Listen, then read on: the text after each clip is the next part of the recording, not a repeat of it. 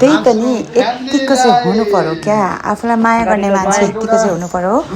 घुम्न पनि लाने अनि पैसा कमाएर पनि दिने अनि घुम्न लाँदा पनि डटफट गर्ने क्या खाना पकाएको ठाउँमा पनि अगाडि बढेर है मिठो मसिनो के पाएको सासूले कस्तो खालको नुन खोर्सानी कमजोरी खानुहुन्छ कि कडा खानुहुन्छ कि हेर्ने अनि आफ्नो परिवारलाई पनि हेर्ने नानीहरूलाई पनि हेर्ने एकदमै हर कुरामा ट्यालेन्ट के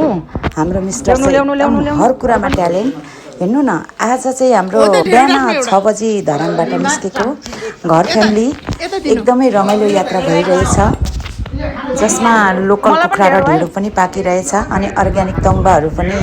पिउँदै हुनुहुन्छ मरेर लानु पनि केही छैन सबैको आफ्नो तरिका हुन्छ व्यापार बिजनेस गर्ने म चाहिँ कमाउन पनि जानेको छु अनि रमाउन पनि जानेको छु र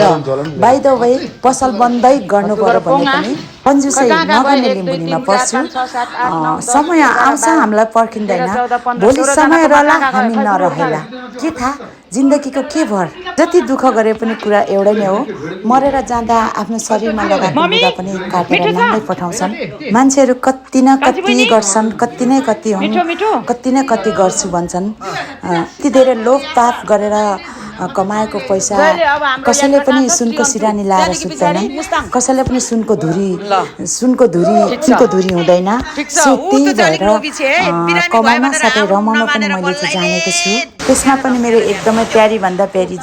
जन्म दिने मम्मी भाइबुहारी दिदी बहिनी सबैले भन्नुहुन्छ सिन्धु दिदी तपाईँको फ्यामिली बन्डिङ अति नै राम्रो कति धेरै मिलेर दिदी बहिनी जानुभएको भाइबुहारी माइतीलाई साथमा लिएर जन्म दिने आमालाई साथमा लिएर भनेर मलाई यही प्रश्न गर्नुहुन्छ क्या हाम्रो एकदमै राम्रो फ्यामिली बन्डिङ छ अबको मिसन हाम्रो चाँडै नै श्री अन्तु जाँदैछौँ अनि त्यस पछाडि पोखरा हुँदै घान्द्रु खोस्ताङ जाँदैछौँ मरेर लानु केही पनि छैन राम्रो पसल बन्द गर्ने अनि फ्यामिलीहरू चिलमा हिँड्ने लिम्बुनी परे म चाहिँ सबै कुरा पैसा मात्र